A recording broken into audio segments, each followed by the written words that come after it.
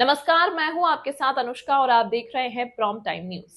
Radha Vallabh school Chhalera Noida के प्रबंधक से शिक्षा व्यवस्था पर चर्चा।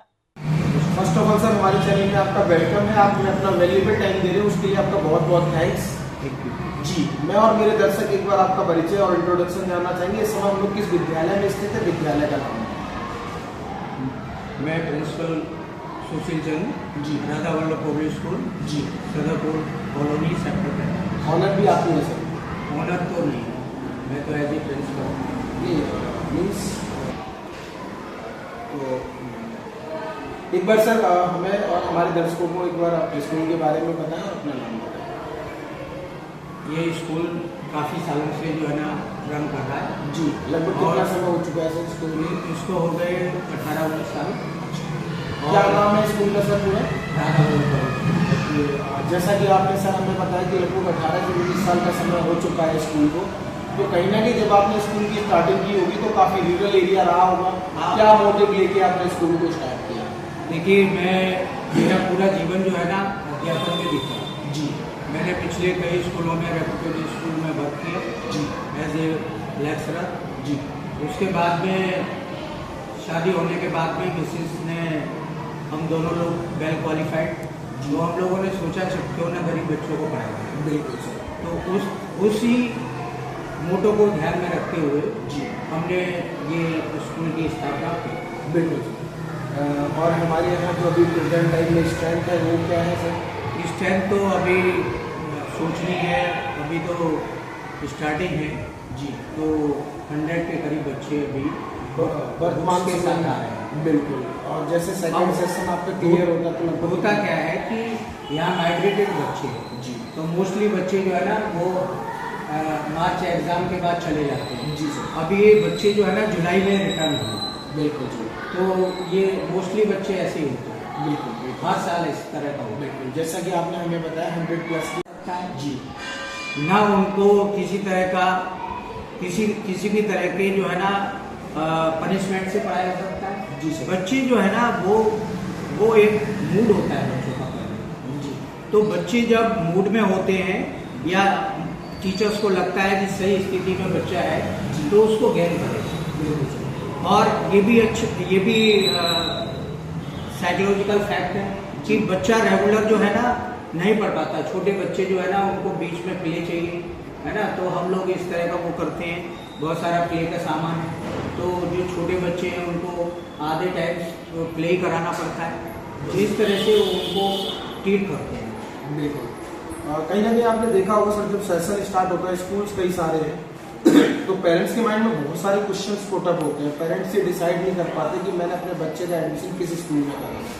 तो क्या मैसेज देना चाहते हैं पेरेंट्स को? देखिए, किस टाइप की थिंकिंग बनानी चाहिए उनको? मेरा मानना है जी, मेरा मानना है कि जो बच्चे पढ़ते हैं उनके पेरेंट्स ही आगे जाके जी, वो स्कूल के बारे में बताते हैं तो वही हमारे लिए जो है ना प्रेरणा स्रोत होते हैं। बिल्कुल सही। और बाकी के न्यू होते हैं उसको हमने गाइड करना होता है। बिल्कुल। और हमारा कोई विशेष रूप से फोर्स नहीं होता है बिल्कुल कि आप यही ना। हम ज़्यादा घर घर में जाते हैं कि आपको यही लीडर बहुत ज़्यादा है। हमारे विद्यालय में ऐसा क्या यूनिक है जो पेरेंट्स अपने बच्चों के एडमिशन हमारे विद्यालय में कराएं? देखिए, ऐसा है, यूनिक तो ये है कि हम मोस्टली बच्चे हमारे यहाँ जो है ना जी, लोअर बॉटम क्लास से है जी, जो काम शहरों में उनका जो फ्यूचर है वो ग्रो करेगा। और कई टीचर्स हैं इसके विपरीत भी होते हैं, जैसा कि मैनेजमेंट की तरफ से उनको हायर किया जाता है, उनको सैलरी फिक्स की जाती है, तो कहीं ना कहीं उनका जो फोकस होता है वो स्कूल की टाइमिंग और सैलरी को लेके होता है। वो अपनी जिम्मेदारी को बखूबी नहीं समझ पाते।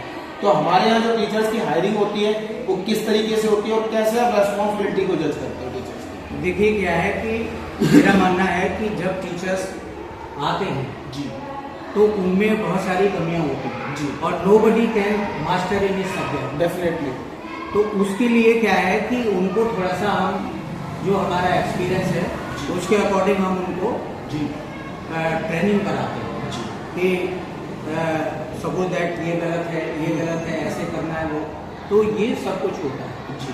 दूसरा देखिए क्या है कि ये किसी भी स्कूल का या स्टूडेंट्स का जो परफॉर्म है जी, वो एक ट्रायंगल आता है जी, वन ट्रायंगल में जी, वन पेरेंट्स जी स्टूडेंट एंड टीचर, बिल्कुल ये जो है ना रेस्पॉन्स देना बंद कर देता है। जी तो हम चाहते हैं कि इस ट्रायंगल में जी। तीनों ही कोऑपरेट करें। जी बिल्कुल सर। और मेरा मानना है कि जो बच्चे की मदर होती है, जी mother is primary teacher. Definitely यदि मदर एजुकेटेड है तो अपने बच्चों को ठीक से जो है ना घर में होमवर्क करा सकती है, देख सकती है, जी है ना। तो ये महापुरुषों ने कहा है कि कोई भी मदर अपने बच्चे के लिए प्राइमरी टीचर हो। बिल्कुल।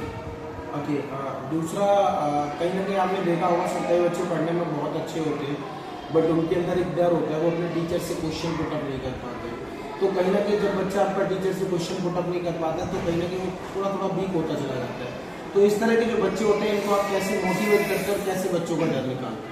बच्चे इक्वल नहीं होंगे, कई बच्चे पढ़ने में बहुत अच्छे होंगे, कई मीडियम होंगे और कई वीक भी होंगे। तो जो वीक बच्चे होते हैं उनको आप कैसे परफेक्ट बनाते हो, क्या स्ट्रेटजी होती है? देखिए यही टीचर्स का चैलेंज होता है। जी जो कमजोर बच्चे हैं, जी। पुअर बच्चे हैं, जी। उनको ही फोकस में रख के विशेष रूप से जो है ना उनके लिए जी मेथड यूज किया जाए। बिल्कुल सर। उसके लिए जो है ना उनका लर्निंग पावर किस तरह से बढ़े।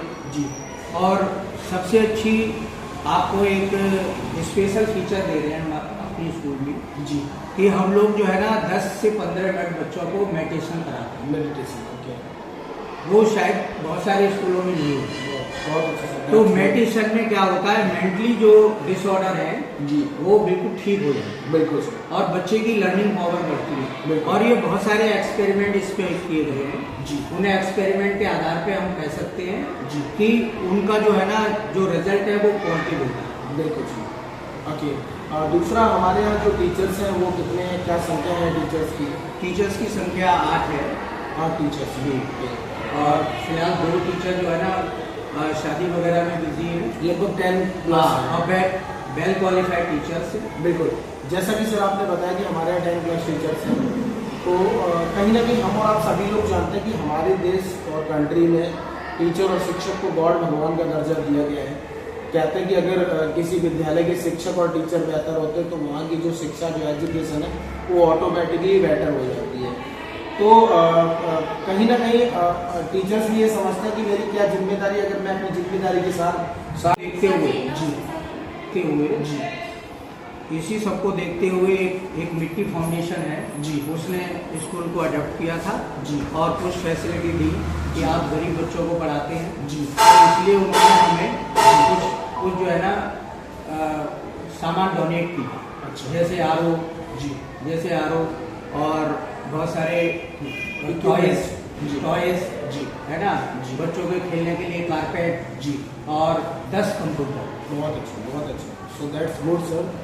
दूसरा सर जो भी मैंने आपका इंटरव्यू किया है ये लगभग आपका 1 या 2 किलोमीटर के रेंज में हम उसको सर्कुलेट करेंगे कई माध्यमों से, चैनलों के माध्यम से, प्लस न्यूज़पेपर और मैगजीन के माध्यम से। तो एक बार विद्यालय का पूरा नाम, एड्रेस और अगर कोई पेरेंट्स आपसे एडमिशन्स को लेके कांटेक्ट करना चाहे तो कैसे कर सकते हैं उसके बाद? राधा वल्लभ स्कूल जी हजूर कॉलोनी और सदरपुर कॉलोनी जी सेक्टर 45। जी और आपके चैनल का बहुत बहुत धन्यवाद जी कि आप जो है ना बच्चों को या पेरेंट्स को जी है ना उनको मॉडिफाइड करेंगे और उनको कुछ न कुछ जो है ना स्कूल के बारे में। जी सर। तो आपके चैनल का बहुत बहुत धन्यवाद जी। और आपका भी। बिल्कुल सर। एक्चुअली कॉन्टैक्ट गाइडेंस आपसे कॉन्टैक्ट करना चाहते हैं किस तरीके से कर सकते हैं? 8383-804646। Okay, thank you so much. Can you repeat again, please, contact number? 8383-804646। Okay, thank you so much, sir. बहुत बहुत धन्यवाद आपका Thank जो you, आपने आपका। हमें वैल्यूएबल टाइम दिया। तमाम महत्वपूर्ण खबरों के लिए देखते रहिए प्रॉम टाइम न्यूज।